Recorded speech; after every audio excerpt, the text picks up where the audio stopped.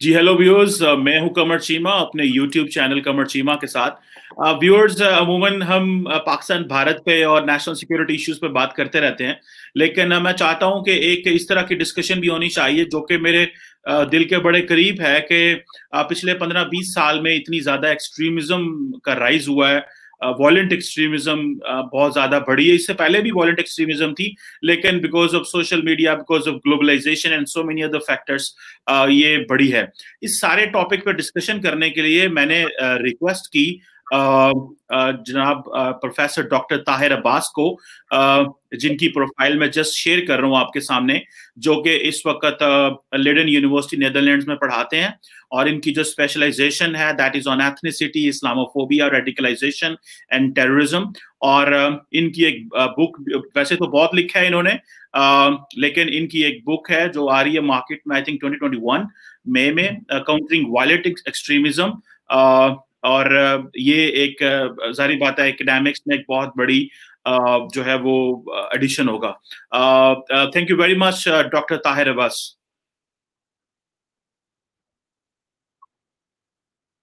Thank you जी, thank you. Thank you, बहुत शुक्रिया। डॉक्टर साहब, मैं पहला सवाल आपसे करना चाहता हूं। The first question which I want to ask is के आप क्या समझ रहे हैं पिछले 20 साल का देखें तो what are the reasons of the rising extremism? क्यों इतनी ज्यादा एक्सट्रीमिज्म पिछले 20 साल में जो बढ़ रही है?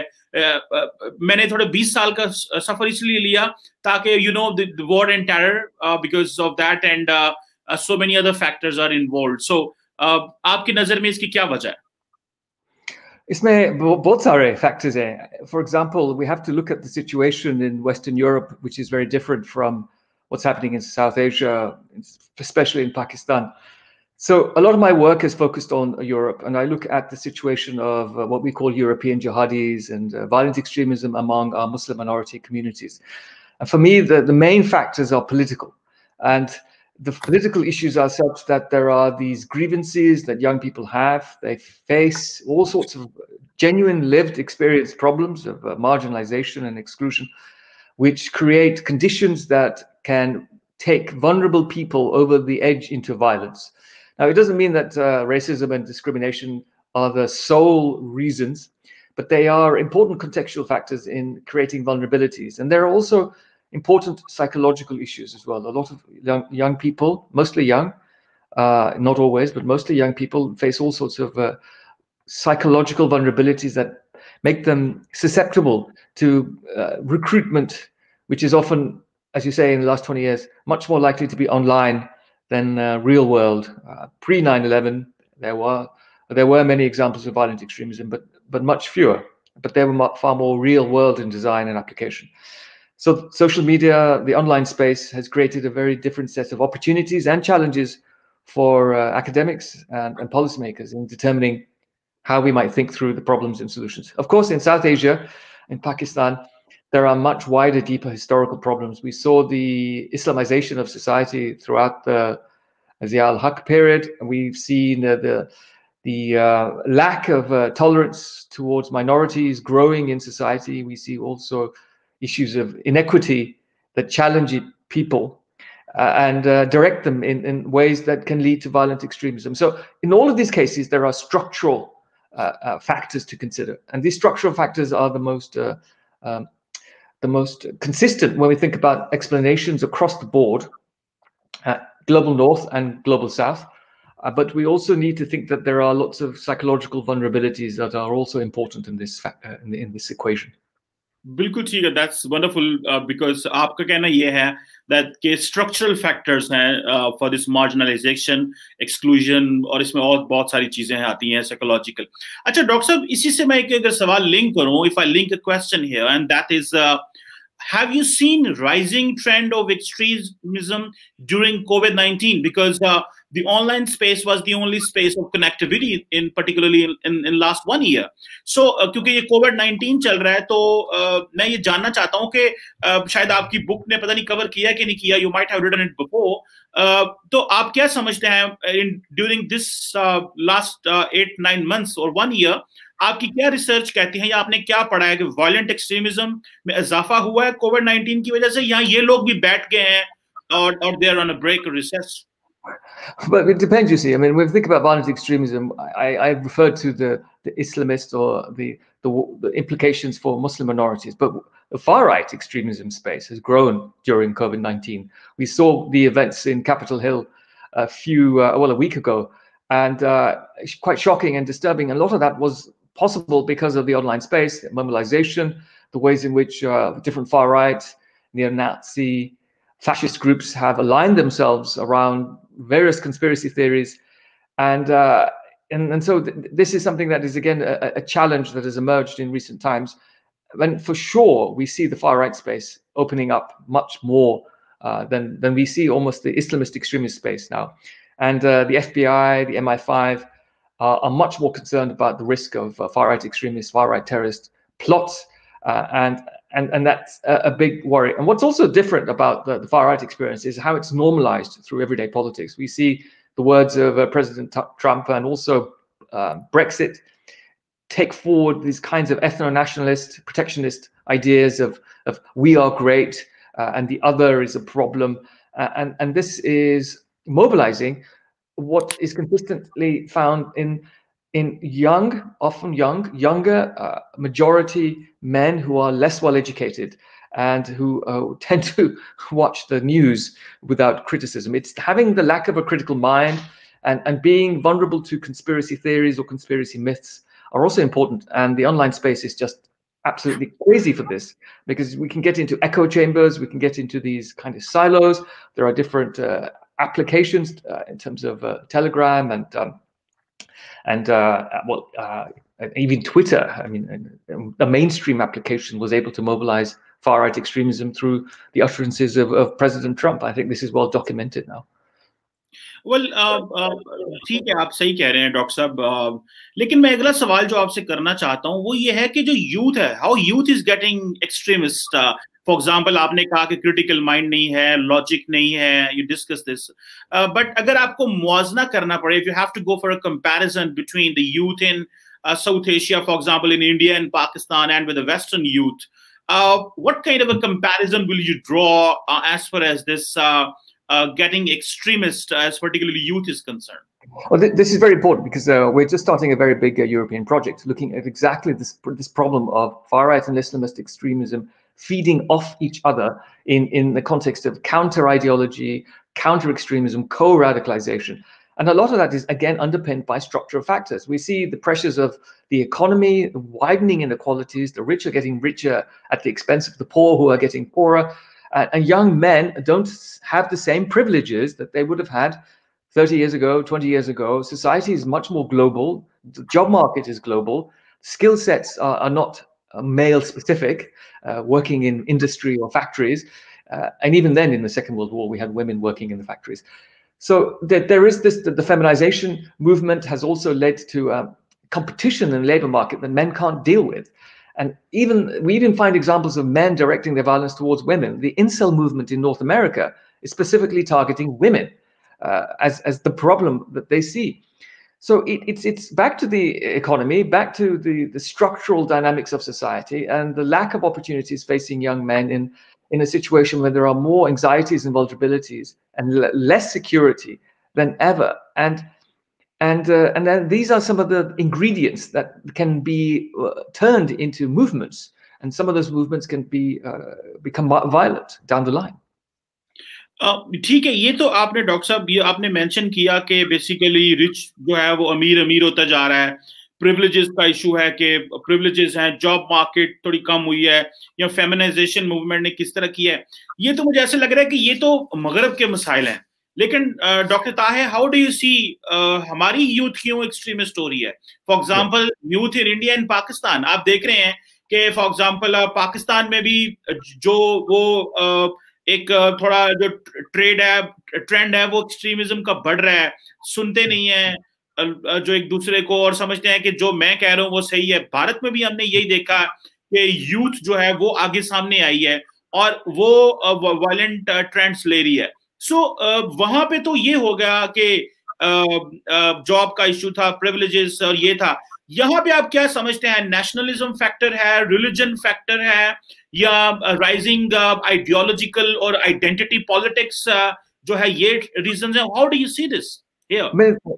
वहाँ पर Pakistan or wider South Asia, there are structural issues. I mean, we have youth unemployment, we have huge issues of job security, we have economic problems of inflation and low pay, dare I say it, plenty of corruption, which means that people have a lack of trust in society, and that lack of trust leads to people facing or turning towards these kinds of counter-ideological movements, these ideas of working in separation from the mainstream. And I think, again, it's a sort of economic and sociological concerns around social trust and political trust. There isn't a sense that people have a role in society, a stake.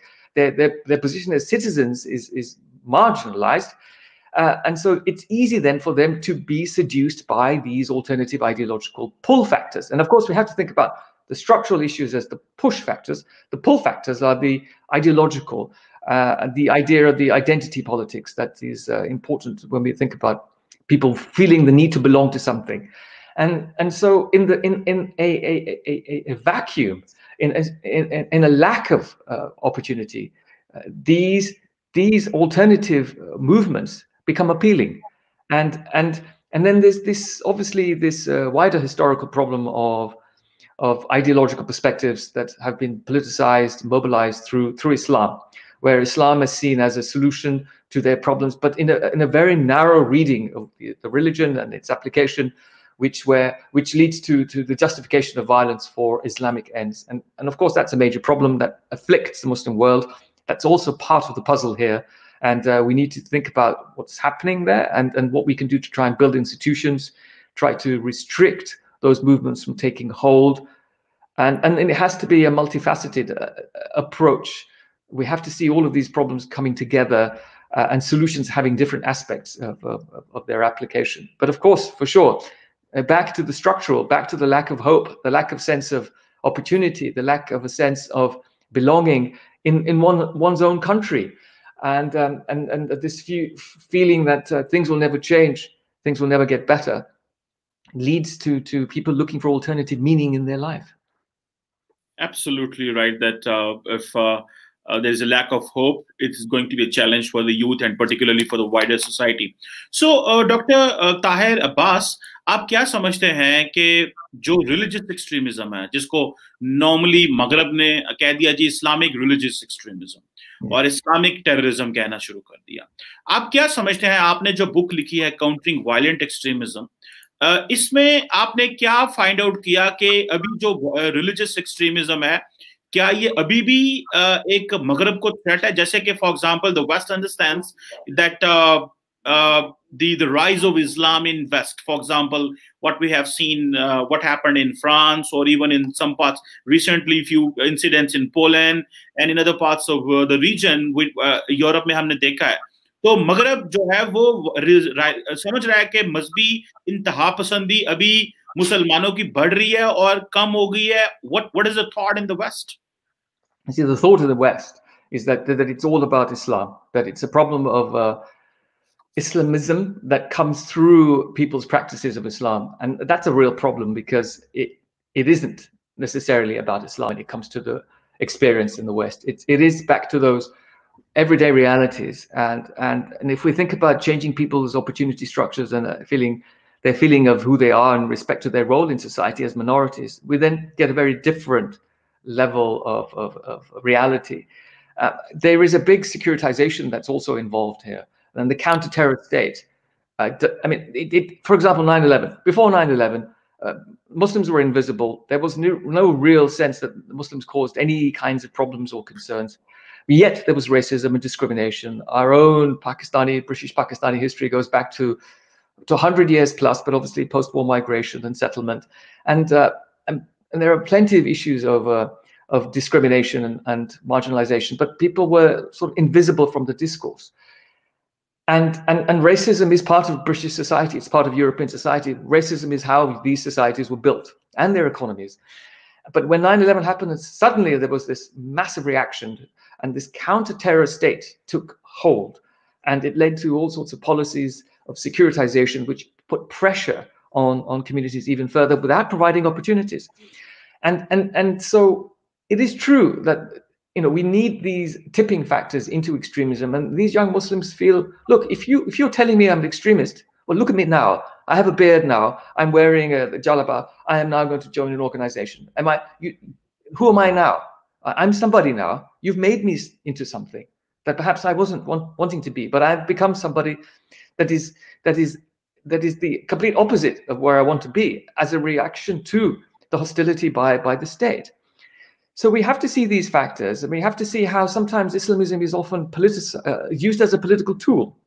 We know that throughout empire, jihad was evoked by the British to get people to join the war. We know that during Pakistan as well, that the religious extremist groups were used to shore up political power for the elites. It helped to ensure that the masses didn't have critical engagement or had a very narrow understanding of Islam, to keep the political elites from being asked difficult questions. And so we have to understand that this is not just about something that's always there, that gets evoked at times, but it's something that gets manipulated and used by political powers at will. That's good. But one question which I really have in my mind, and I did during my research, I tried to answer this, but I want you to answer this as well. Does West discriminate between militant Islamist or institutional Islamist, or do they believe that all Islamists or Muslims are same? This is a good question, because the reaction to Muslims and Islam after the events of 9/11 was to see all Muslims as potentially vulnerable to extremism. So we have to police and securitize all Muslims, even conservative Muslims, even ordinary pious Muslims who pray, who take part in the religious activities. They were seen as potentially vulnerable if we don't do something to securitize them or watch them and surveil them. And that you narrow the space, and you then put pressure on people, which creates more tensions. So there is definitely a sense of that. And even now, as I speak to policy folk who engage with the British government, and where we have certain policies that basically mix counterintelligence and surveillance into one, and there is generally a feeling that conservative Islamism or conservative Muslims are even a problem for our society. And this is because racism has become even more exposed and more narrow in its idea of what is acceptable or otherwise. We've lost all this debate about multiculturalism and equality and diversity, which was developing nicely up to the events of 9/11. And since then, it's all about Muslims who are moderate or moderated, and everybody else is vulnerable to extremism. And the kinds of Muslims that get projected by the state are the ones who are ex-radicals or ex-extremists, but they're completely manufactured. They're manufactured. They're there for a purpose, for the state to try and project the view that, here we are, this is what we want you to be. This is a moderate Muslim, and everybody else, you are somehow a problem for us.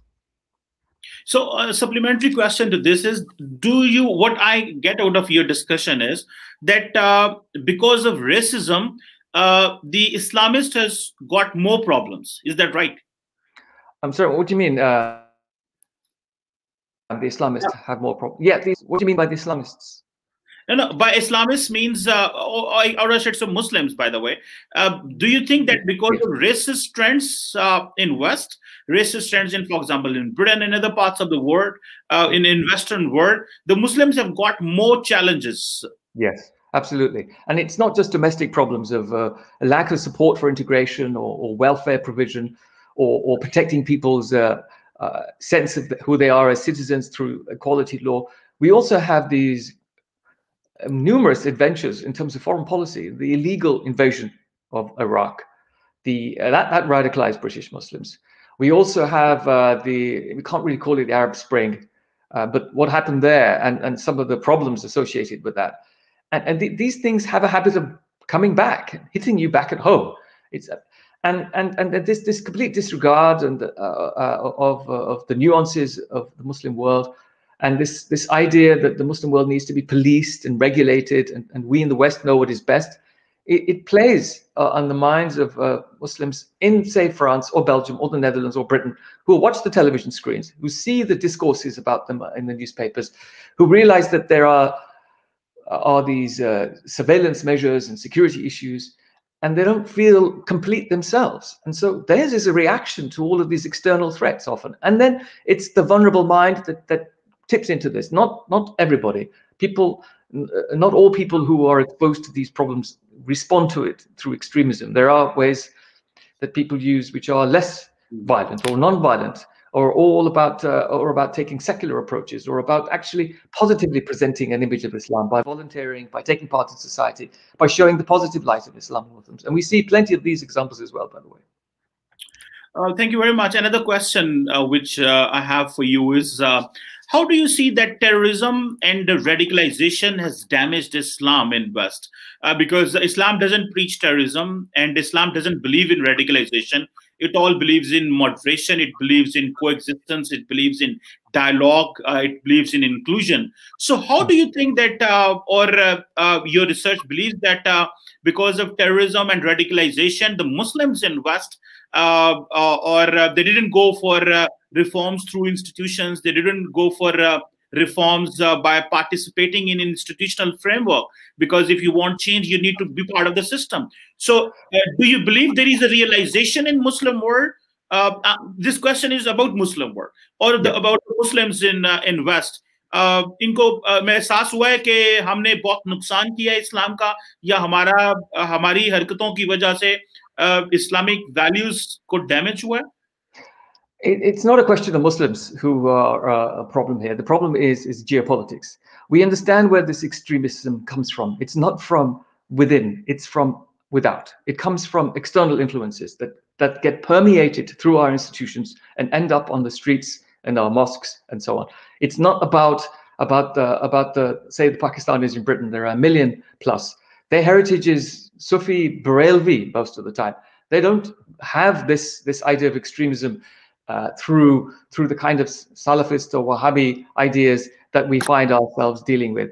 And this is much more a picture of geopolitics. And of course, if we really want to get to the heart and root of some of these issues, we have to look at what's happening in certain parts of the Gulf, and how some of these ideas continue to get exported. Even here in the Netherlands, we talk about Salafism among Moroccans. Moroccans are not Salafists. They end up with the reality because of the ability of foreign Muslim powers being able to direct some of these ideas, and then it permeates some of the life of ordinary Moroccans who then feel that this is something that's accessible to them. The less thinking, the uncritical mind is unable to appreciate history and politics and society, and they believe what they are told through these very narrow channels.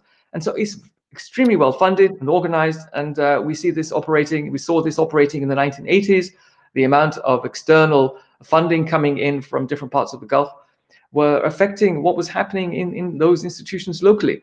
So it is a much bigger geopolitical picture. If the Muslims in Britain or in Europe were able to get on and work out their own path without these external threats, then we may see a very different picture. But we also understand that there are these political gaps that were exploited. We do see a lack of equality within our own Pakistani presence. Patriarchy is reproduced throughout the generations, and power is still held in very few hands.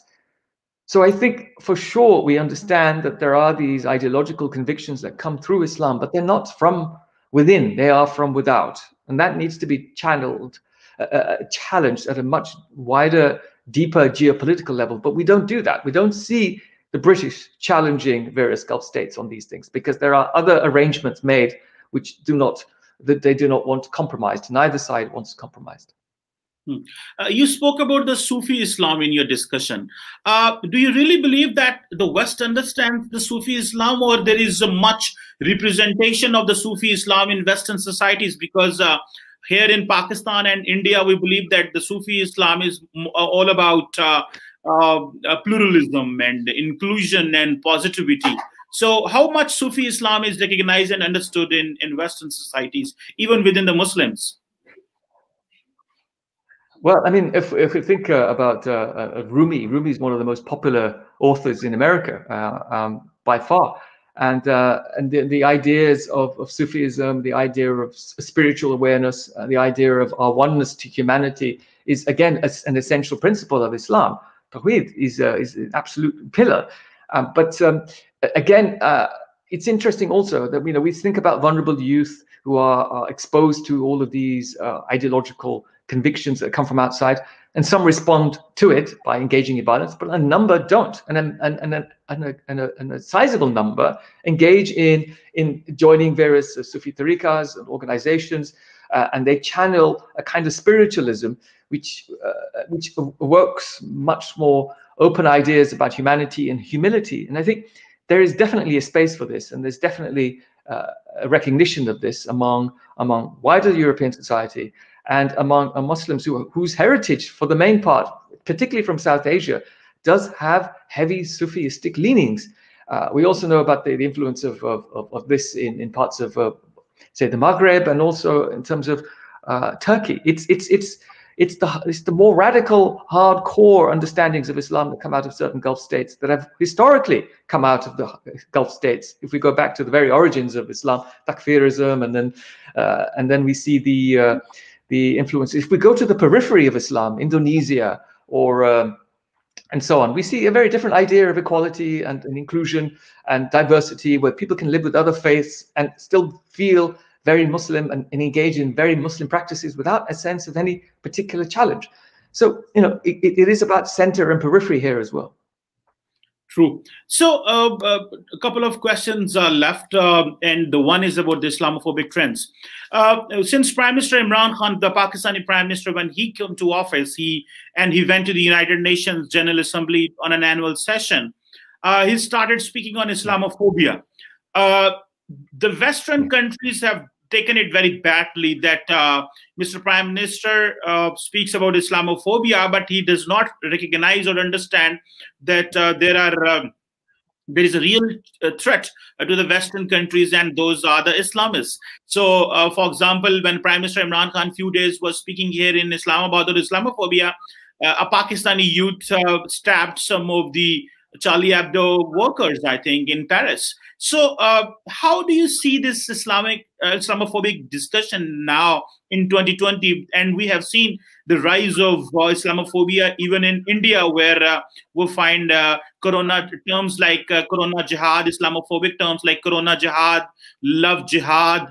How do you see this debate, sir?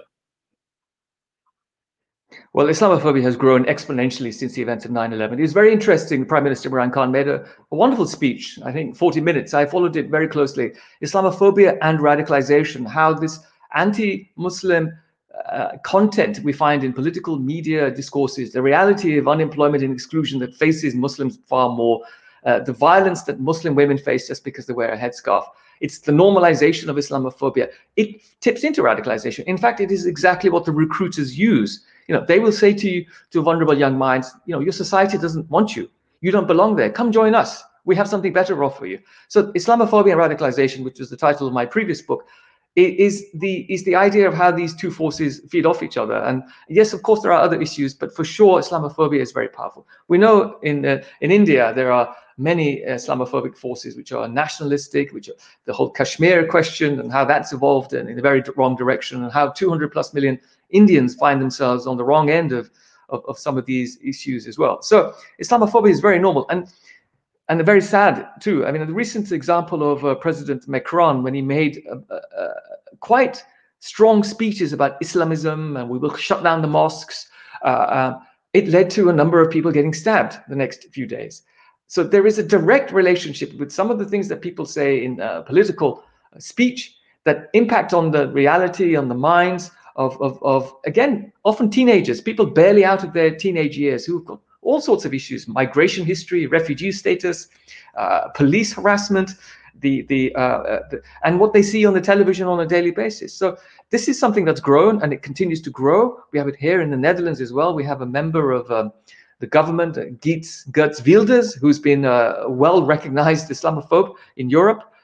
He produced this movie Fitna in, I think, 2012, which created riots and disturbances everywhere. So, tearing up pages of the Quran and making short videos on YouTube is only going to create the reaction that he seeks to confirm the thesis that he has that Muslims are extremist.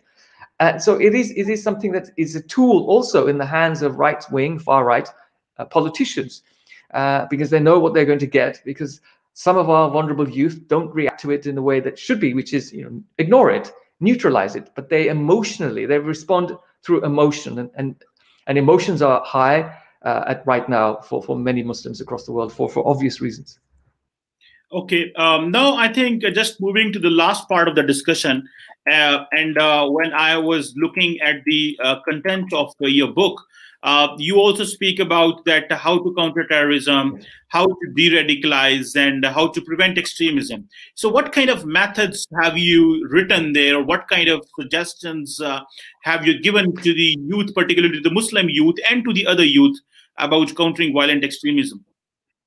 So in the book, I talk a lot about this sort of policy framework, which sort of began in 2015 at the UN, launched by President Obama. It's now everywhere, and nation states are supposed to produce national models, and countering violent extremism is the way to build resilience against extremism among vulnerable youths. A lot of the time, we know that you need empowerment, you need resilience from within, a sense of a role in society. And actually, most projects that deliver countering violent extremism solutions are really about self-empowerment, youth empowerment, and the opportunities to engage in society as a normal human being.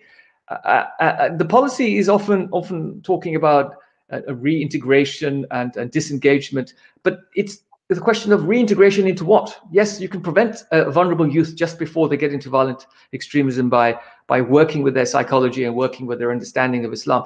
But then what do they go back into? What kind of life do they have when all of that goes away? And it's the same challenges. It's the same structural, historical, political, everyday problems that never really get tackled. And this is why countering violent extremism is a bit of a ruse. It's a useful sort of mask over the problems of extremism, without really tackling the structural dynamics and the psychological vulnerabilities that are the main drivers of extremism per se. It's not religion, it's not ideology. That's always been there. It's always been there since the beginning of time when it comes to religion, and all religions are potentially culpable in inducing violent extremism amongst their devotees. But the reality is the lived reality of people, of Muslims in North Africa, in across the MENA region, and of course in South Asia, which is a huge concentration. And these extremist issues and ideologies become appealing in the absence of everything else that should be available to people as part of their normal lives. So part of the attempt in writing this book is to critique this paradigm and to provide the kinds of analysis that I've been talking about here. So definitely it's a long discussion, and once your book comes in market, it will be more easy for many to read and to know. But definitely there's a lot of readings which we can find on your website and by googling your work and your name. So Dr. Tahir Abbas, it was a wonderful discussion, talk about the rising trends of extremism, religious extremism, and Islamophobic trends, and how we can counter violent extremism, and referring to your book, Countering Violent Extremism, the International De-Radicalization Agenda. So thank you very much for your time. Hope my viewers might have enjoyed this discussion, because this discussion was full of knowledge, full of ideas, and full of history, and full of organic research which you have done. So आपके वक्त का बहुत शुक्रिया कि आपने time दिया, और thank you very much. बहुत शुक्रिया. Thank you very much, and all the very best.